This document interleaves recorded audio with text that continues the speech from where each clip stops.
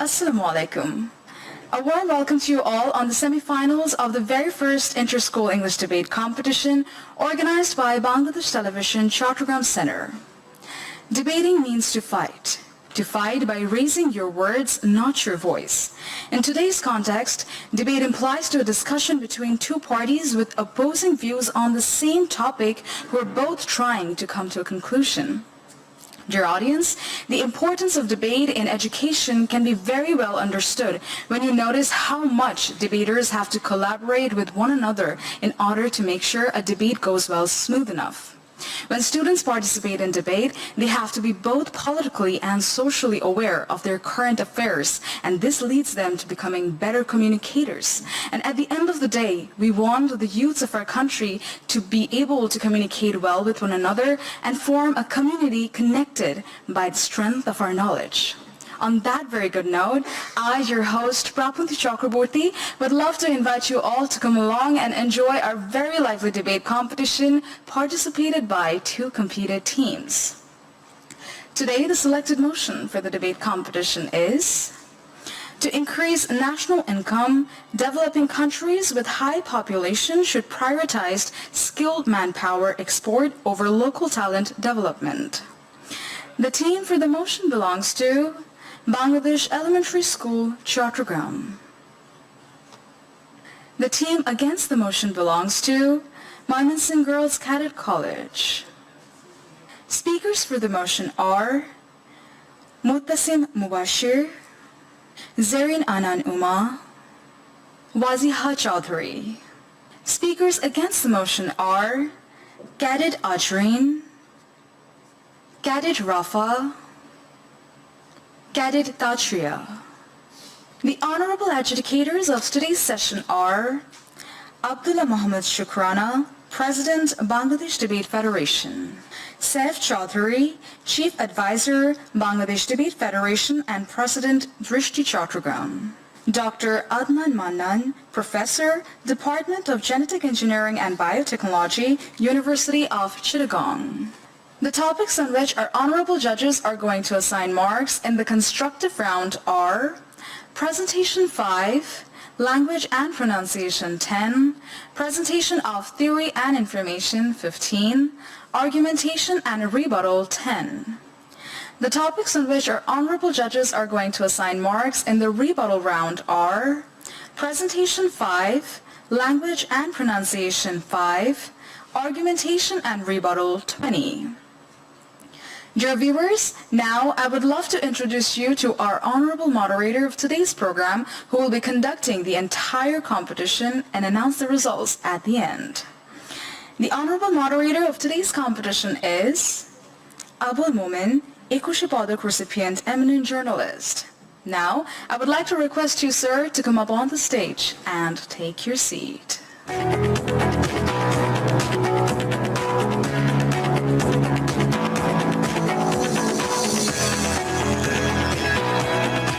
Before we start the debate, I would like to inform you about the order and time allocation of each debater.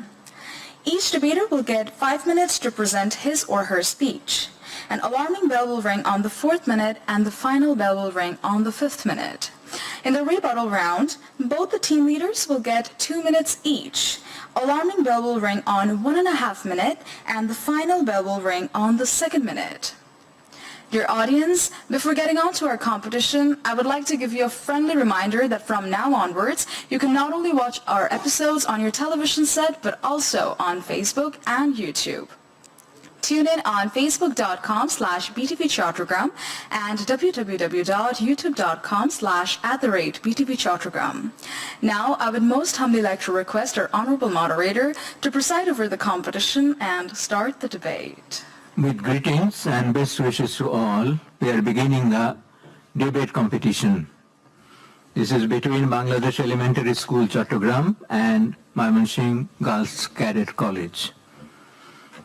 I invite the first speaker for the motion, Mutasim Mubashir of Bangladesh Elementary School, Chattogram. Thank you, Honorable Moderator, for giving me the floor to speak and express my views on today's motion, which is to increase national income. Developing countries with high population should prioritize skilled manpower export over local talent development. Let us quickly deconstruct the topic at hand. National income is a measure of economic activity of a country or region, including measures of GDP, GNP, net capital income, per capita income, and flow of remittance. Developing countries refer to the underdeveloped agricultural countries that are seeking to be more advanced and better in every other sector. Countries with huge population, which is excess compared to their land area, are known as the densely or highly populated countries. A person who is trained and is excellent and capable of doing something in his particular sector is known as a skilled human resource. On the other hand, designing and delivering learning and development programs that are tailored to local contexts and needs are known as local talent development. Now, there is a clear difference between talent and skill. A huge amount of people from our country are expatriates and they work in various sectors in other countries. A huge amount of these expatriates are mainly working in the Middle Eastern countries. According to a Dhaka Tribune report from 2022, 268,000 of them work in Saudi Arabia, 56,000 of them work in Oman. In UAE, the figure is 51,000. In Singapore, it's 13,000. In Jordan, it's 6,000. Overall, 1.1 million workers are exported to other countries every single year. The Bangladesh Association of International Recruiting Agencies have set a goal to turn this number into 2 million. But in this case, what is the precondition? The precondition is the development of skilled manpower. Now, expatriates are generally of 4 types. Number 1, professionals. Number 2, skilled. Number 3, semi-skilled. And number 4, unskilled. According to BMET data, 1.87% of our expatriates are professionals. Only 1.87%. 34.54% are skilled, and the rest, 62%, are unskilled or have nothing at all. In the international market, we all know that there is a huge demand of Bangladeshi workers, especially for their cheap rates and their hard work. But we all have seen that we are still not successful in this sector. But why? The number of skilled human resources are still much lower in our country. Therefore, we definitely have to prioritize on the skilled manpower of our country. Honorable judges, it is a known fact that expatriates are the unsung heroes of our economy. They contribute to a huge portion of our economic development. During COVID-19 pandemic, most of the financial sectors were hit hard, but incoming remittance broke previous records. Foreign remittance is the second largest contributing factor in the national GDP of Bangladesh. Now, as to local talent, to utilize and manifest these talents into reality, a stable economic development, high standards of education, proper utilization of resources, these factors have to be ensured. But in the current context of our country, these are simply unavailable.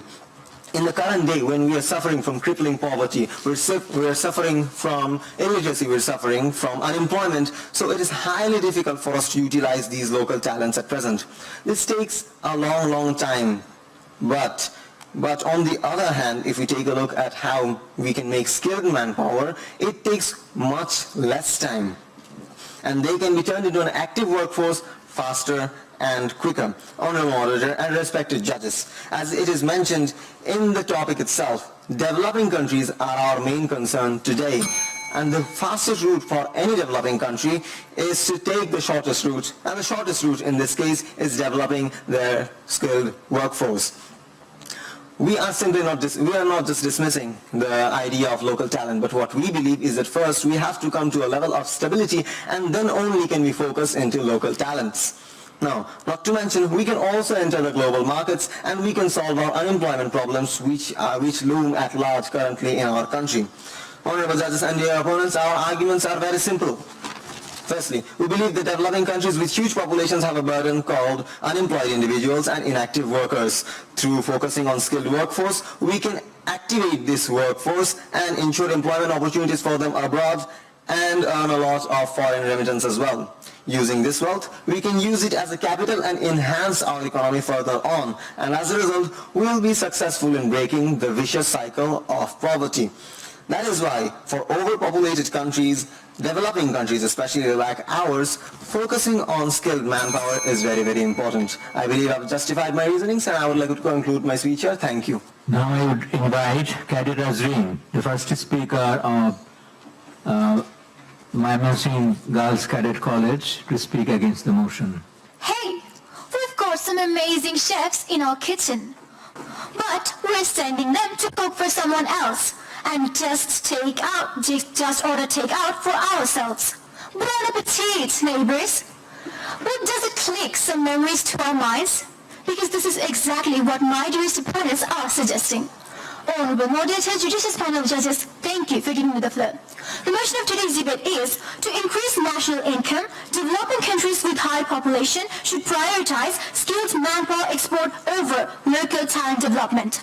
While my esteemed opponents argue in favor of this motion, we firmly believe that this is not true and thus stand as today's opposition. Dear opponents, I do appreciate your efforts on how you try to depict the motion, but I'd like to clarify a few points on a broader perspective. Ladies and gentlemen, let's broaden our views. Today's motion can be divided into three distinct concepts. Number one, the goal, which is to increase income of the nation. Number two, the perspective, which is in terms of a developing country having high population. Number three, the priority is to export skills manpower over developing local talents, where we split. Now, developing countries are sovereign states with a less developed industrial base. India, Bangladesh, Turkey, Pakistan are some of those countries which also meet the condition of high population. Skilled manpower are those population who are trained and experienced. By exporting the skilled manpower, we refer to sending our manpower to developing countries such as USA, Canada, Dubai, and so on. Local talent development means to invest in skills and education within the country. And lastly, today's motion clearly demonstrates that brain drain is more beneficial than nurturing local talents, which is in reality totally absurd. Let me give you a practical example of why. My dearest opponents, according to UNDP's Sustainable Development Goals, sustainable economic growth is a must of increasing national income. And if we turn to the scenario of 2017, when Qatar started its construction works of arranging FIFA, 30,000 Bangladeshis took in to grab the opportunity and flew to Qatar happily. But as soon as the game was over in 2022, they were returned to our country jobless, and which caused 5.06% of downfall to our country. Source Quora.com. But if we had invested this manpower to local training, we wouldn't have to see this scenario, my honorable moderator. Dear opponents, if you give a fish to a man, you can feed him for a day. But if you teach him to be a fisherman, you can feed him for a lifetime, my dear opponents. Just like that, exporting manpower might plug short-term gaps, but would it lay the foundation of sustainable development, dear opponents? In Kerala, 15 lakh expatriates returned home jobless during COVID-19 situation. And in Bangladesh, it was 5 lakhs. Source, The Times of India. And this is exactly what happens when you become heavily dependent on other countries. And that's why we don't promote exporting manpower over local training. Honorable moderator, we don't deny that we should export manpower, but it should never get the priority. Think about the losses we already discussed about. So if we had rather trained our natives and nurtured them in our country, the rate of unemployment in our country wouldn't have increased by 4.09%. My dearest opponents are saying billions of remittances are being sent to our country every year. But do you know how much money are being swept away from just beneath their noses, dear opponents? My second speaker will give you a clear explanation of the matter. Please have patience for it. Dear honorable moderator, we see that every year lakhs of people visit India to serve medical purposes, which costs $1,470 for each individual. And according to World Health Organization, lakhs of healthcare workers are being exported from developing countries, causing a serious shortage of healthcare workers. As my dearest opponents will be saying, this is because we don't have enough fields for them. But I'd like to remind you that if we keep transporting manpower to other countries, we won't ever have its solution. Dear parents, and nurturing skills at home automatically opens scopes for the growing number of talents. So what we need is as clear as day. In conclusion, exporting our manpower is never a priority over nurturing talents at home to increase income, let alone the highest priority. Highlighting the points economic sustainability, self-dependency, creating fields, and with the hope that my dear opponents understood what I tried to present today, I conclude here. Thank you, Honorable Moderator. Thank you all. I now invite Zarin Anan Umar to speak for the motion from Bangladesh Elementary School, Chattogram. Inlands, far and wide, our skilled hands roam, exporting their talents, building a global home. Their expertise and labor, a treasure to share, will increase our nation's income beyond compare. A very good evening to my honorable moderators, respected judges, and my fellow opponents. Our today's debate topic is to increase national income. Developing with high population should prioritize skilled manpower, export over local talent development. For some actual and factual reason, we're standing against of it. In this debate today, we are choosing the sector of exporting skilled manpower as because we know that our country is not stable and is actively exporting skilled workforce to abroad. We believe that this makes us a strong contender for the debate as we have a pool of experienced and skilled workers who can represent us well. Additionally, reputations as a country that exports skilled workforce will make us an attractive partner on other countries. Secondly, the government has already allocated budget to improve the quality of vocational education to create a skilled workforce for export. The quality of vocational education has increased, and as a developing country, we should not ignore this opportunity, my dear opponents. Our people are highly skilled and sought after by foreign employers. By training them and exporting them as a skilled workforce, we can boost our national income, my dear opponents. Then, my dear opponents, the amount of remittances that we get will hopefully get doubled, and I'm giving assurance about it if we can export skilled manpower. By the way, my dear opponents, at present we're exporting unskilled, I'm repeating, unskilled and semi-skilled worker, for which we are getting less remittances in comparison to other developing countries. Let's talk about Singapore and India, my dear opponents. They are highly densely populated countries, but their remittances is very high because of their export of skilled manpower, which came through their vocational training, my dear opponents. I'm repeating again, through vocational training. They do not have thousands of graduates like ours, which are not literally fit to compete with the world of labor market, my dear opponents.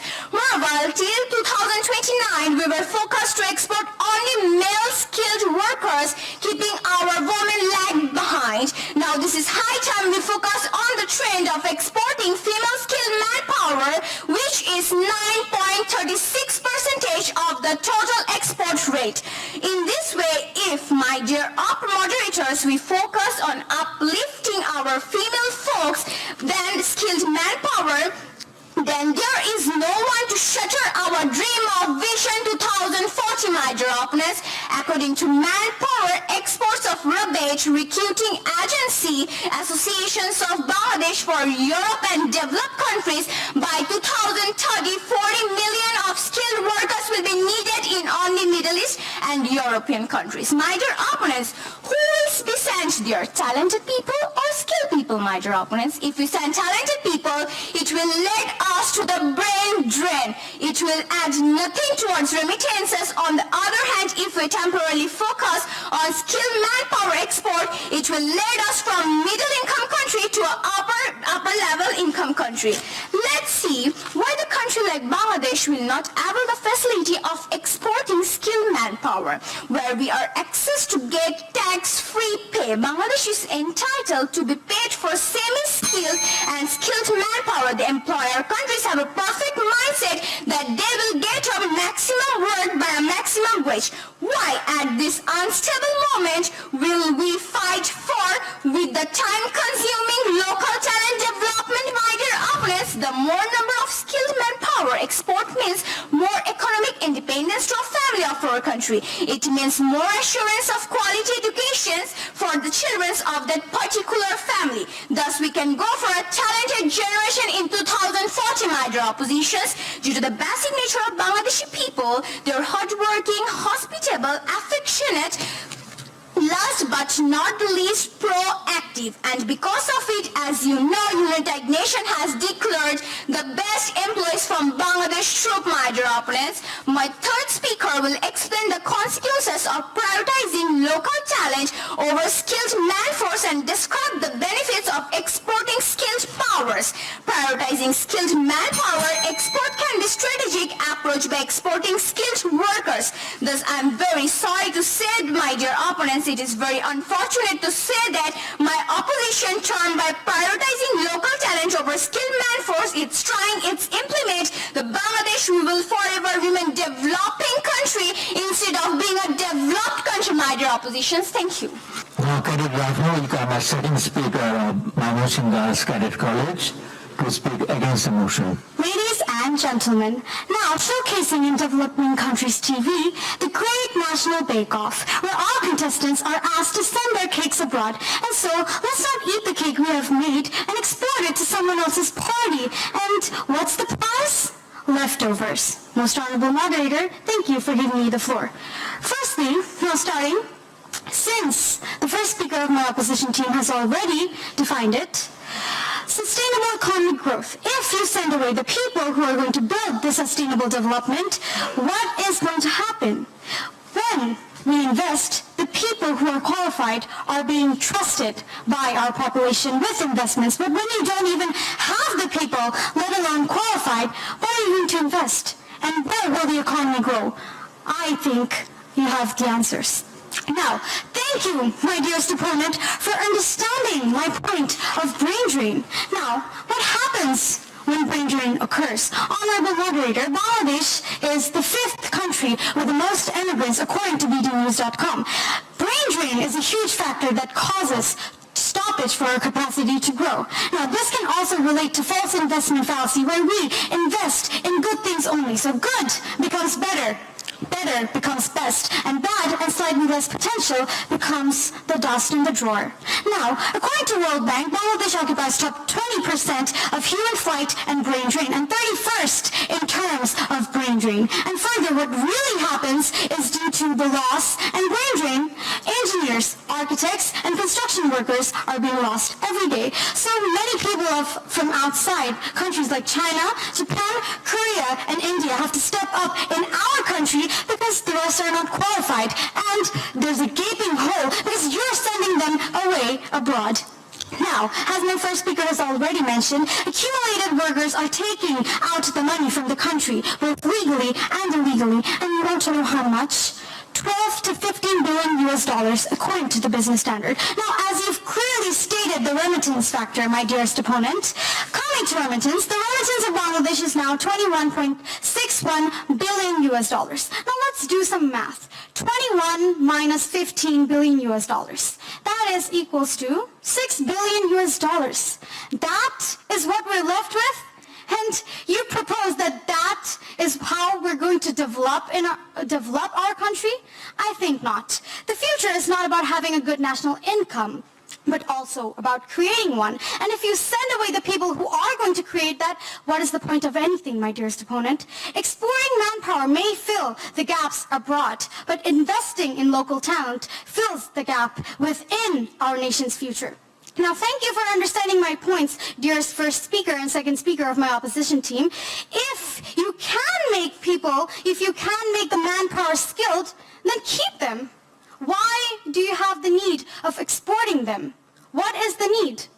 As I've clearly stated, that people from outside are coming in for that gaping hole, for that loss of qualified and eligible people in our country.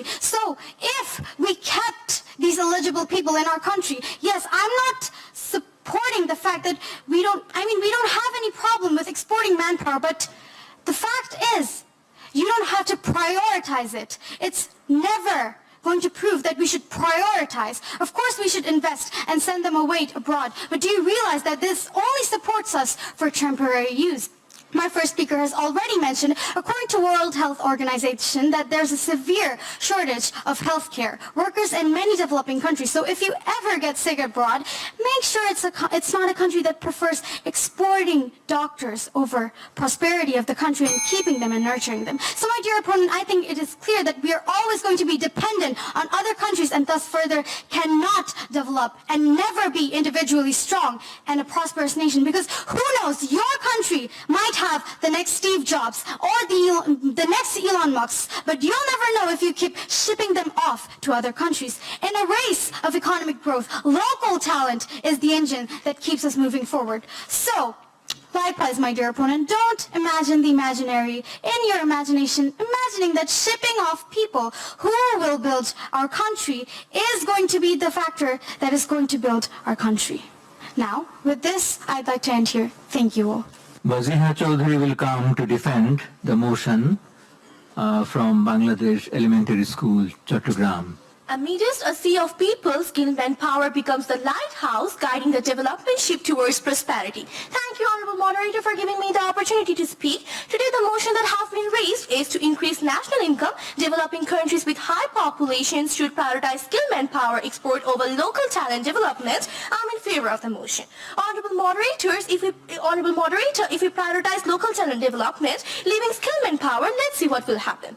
Honorable Moderator, we recognize our talents through educational qualification. Educational qualifications like PhD and thesis paper are time consuming, and to utilize this talent we need more than 30 to 35 years. But on the other hand, if we look on foreign countries, then we can observe that people can get educational qualifications like PhD degree at a very young age, because the education cycle is fast and they're ready for it, which is not actually possible in our country because of session delay, lack of educational professionalism, and lackings of proper cycle of talent development. Moreover, according to national budget income, 1.76% is allotted for education. How ridiculous the amount is, my dear opponents, in comparison with other developed countries dedicated to local talent development.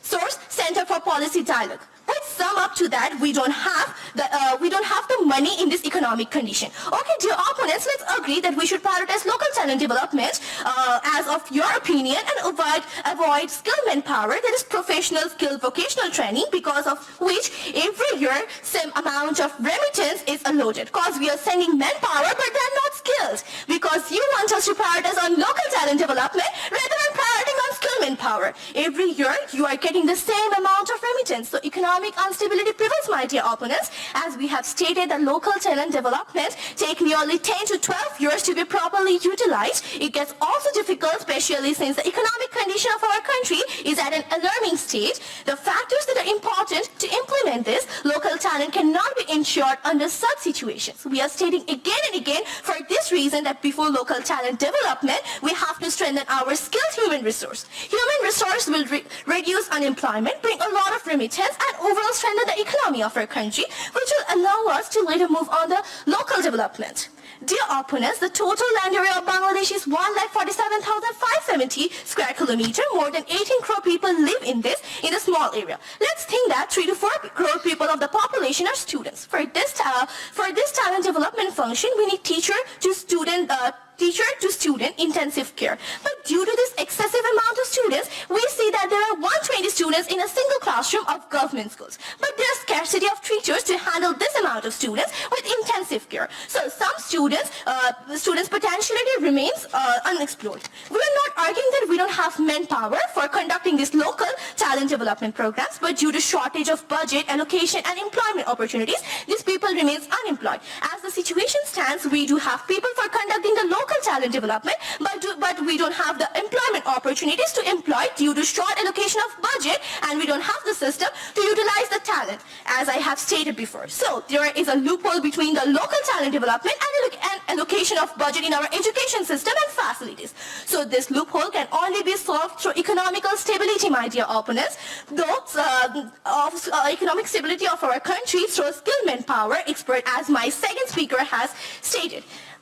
According to the Pacific Daily, in the land of Nauru, the government decided to embark on a unique experiment. They believed in the untapped potential of their local talent and decided to focus extensively on nurturing, promoting their local talents. At first, decision was made with applause and optimism. In the beginning, it seemed like it's a brilliant idea. The local talent showcase their skills and the world admired them. However, as years passed, consequences arise. International relations, strength, economic instability occurred. Local industries thrived, but lack of international exchange limited growth in Nauru's exports, which led to inflammation, my dear opponents. So, my dear opponents, what even local talent development did? For exporting manpower, first step, we will be introducing professional skill development, vocational training, and secondly, ensuring all the necessary measures for preserving the rights exported workforce. For example, setting some rules and regulations among the employee and employers, and the foreign country embassy must ensure the security and the basic needs of the workers. That's why for a huge population developing countries like us, we should prioritize export of skilled manpower rather than focusing on local talent development, my dear opponents. Thank you. I would like to conclude my speech. Finally, I invite Cadet Tazria, team leader of Mymensingh Girls Cadet College, to speak against the motion.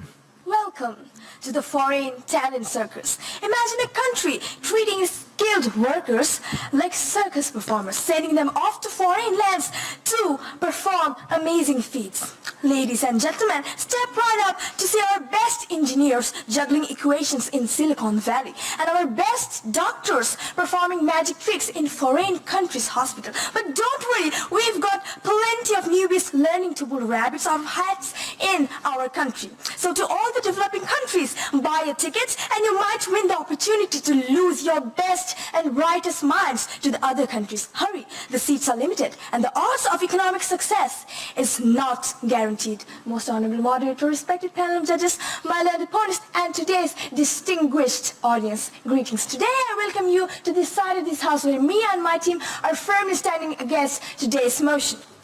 So, honorable moderator, as mentioned by my first speaker, developing countries with high populations often grapple with the challenge of harnessing their demographic dividend and sustainable development. A young, educated, skilled population can be a tremendous asset. By nurturing local talents, countries can create a workforce that drives innovation, entrepreneurship, and economic diversification. Consider the case of South Korea. In 1960s, South Korea had the per capita income less than Ghana. And today, it's a global technological powerhouse. How did South Korea achieve this?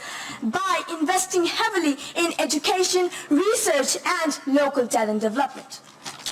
And their commitment to building a skilled workforce has propelled them forward. Source, the Federal Research Bank of St. Louis. And here's another statistic.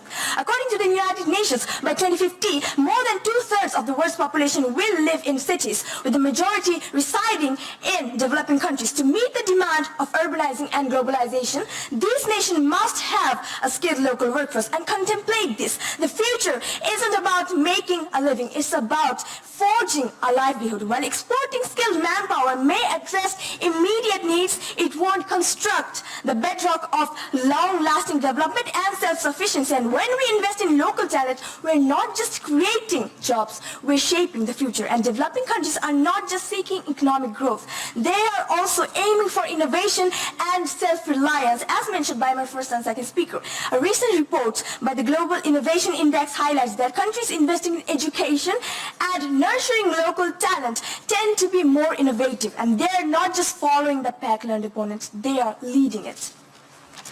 And if exporting skilled manpower was so advantageous, then why don't developed countries follow the same strategy to boost their national income, my learned opponents? Imagine the brain drain from Silicon Valley to other countries. And as you have understood, my dear opponent, that developing countries with high population often face unique challenges such as unemployment, underemployment, and a shortage of skilled professionals. But the proponents of this motion argue that exporting skilled manpower can boost economy through remittances. But is that the best strategy? I ask you again, is that the best strategy? A study by International Labour Organization says that for every dollar invested in education returns with an investment in terms of increased earning potential, what that is $10. I repeat, $10 in low-income countries. In contrast, exporting skilled manpower may provide an immediate influx of funds, but it does not address the root problems of poverty and lack of opportunities. Your first speaker mentioned that your second main standpoint says that your exporting skilled manpower will alleviate poverty, but remittances do not address the root problems of poverty and lack of opportunities. And developing countries are at a crossroads of facing the challenges of harnessing the burgeoning youth population. And World Economic Forum estimates that by 2030, Africa's working age population will surpass that of China and India combined. And it's a demographic opportunity that could drive economic growth through local talent development. Well done, opponents. If skilled manpower export is so fantastic, then should we start exporting our debate team members? I'm sure there's a demand for eloquent speakers. Then opponents, what you're trying to say and what you're trying to put forth, it's like developing countries, and they could advocate it like this. Why invest in education and local talent when you can send your skilled manpower in a one-way vacation? Experience the thrill of seeing your nation's potential take off like never before. And it's like throwing a farewell party to your brightest minds and waving them goodbye like bon voyage innovators. We will stay here and rely on important genius. Now, as the third speaker, I'd like to once again highlight and remind you the factors why this should not be given priority. They are economic sustainability, self-dependency, and creating more fields. And I hope you have understood my point, loyal opponents. On this very note, I'd like to conclude my speech here. Thank you, Honorable Moderator. Thank you, everyone. Now we enter into the rebuttal phase. Here, the two team leaders will speak for 2 minutes each. First to come is Baziha Chaudhary. Thank you, Honorable Moderator, for again giving me the opportunity to speak. Dear opponents have mentioned cases where expatriates have been exploited. But is it not the big reason to focus on the expatriates? If the government wants to focus more on them, then only we can prevent such issues, my dear opponents. Do you suggest we focus less on exporting workers and keep them locked in this country, especially when the rate of employment is not decreasing, my dear opponents? A great analogy was used by my opponents regarding cake. But using your own analogy, when you are desperate need of capital, would you eat the cake irresponsibly or instead sell it, my dear opponents?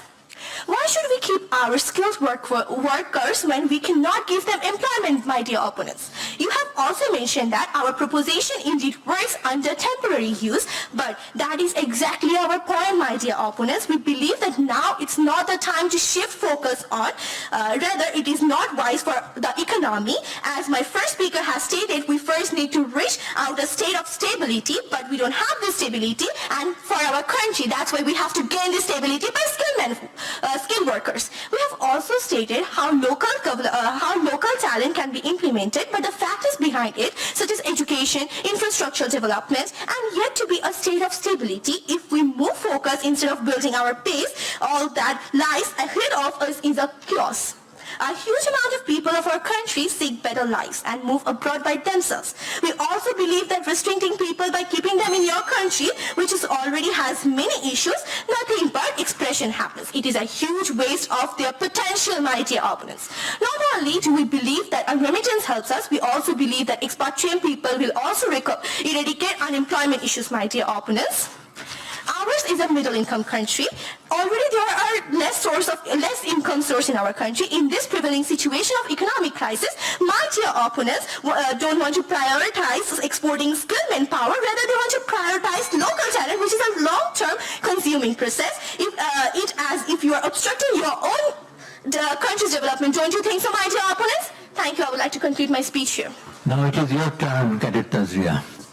Thank you, Honorable Moderator, for giving me the floor once again. I would like to start by congratulating you, my dear opponents, because you have clearly failed to prove your party positions. And second speaker, I'd like to tell you that you have learned the topic wrong. The topic is to increase national income. Developing countries with high population should prioritize skilled manpower over local talent development. I'm sure you remember when you said the topic wrong. And third speaker, my second speaker never said we should stop prioritizing exporting skilled manpower. And my first speaker and my second speaker never said that the expatriates are exploited. They never said that workers are exploited. My second speaker said that the money is exploited. And first speaker, as you have said, that making skilled manpower takes less time, then why are you sending them abroad? You can keep them in your country and they can contribute in the development of your country. And while exporting skilled manpower may temporarily alleviate poverty and unemployment, it doesn't address the root causes. A report by the United Nations highlights that by 2030, the global labor force will grow by 1.2 billion people, primarily in developing countries. And exporting skilled workers does not solve the issue of creating sufficient jobs for this expanding workforce. And while it's true that remittance provide immediate financial relief, let's not overlook the long-term impact. And I have mentioned the study, and I am going to mention it again.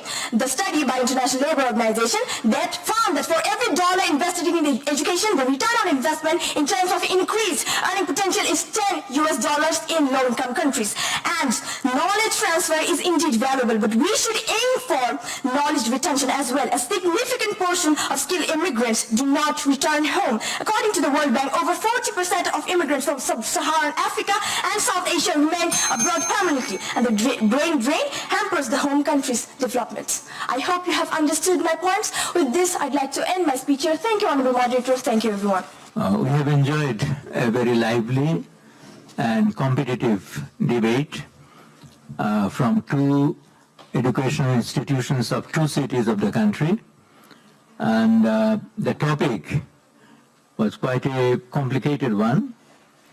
It says to increase national income, developing countries with high population should prioritize skilled manpower export over local talent development. We understand that the case has been prepared keeping in mind the Bangladesh, because Bangladesh is a developing country with high population, and our economy largely depend on the remittance sent by overseas manpower. And it is good that we have brought the case of skilled labor, the necessity of sending skilled laborers abroad, because as one of the debaters said, that 62% of our workers abroad are unskilled, and they are not earning much. Rather than they are also living a very pitiable condition they live in. So in such a condition, I think we all should think of the skilled manpower export, but also at the same time, we cannot ignore that local talents, that we need to develop them, because they also will contribute to our economy. And having said this, I would like to declare the results of today's competition, debate competition. It is Mymensingh Girls Cadet College, the winner of the debate, and the best speaker is Cadet Tazria. So with these few words, we conclude the session here.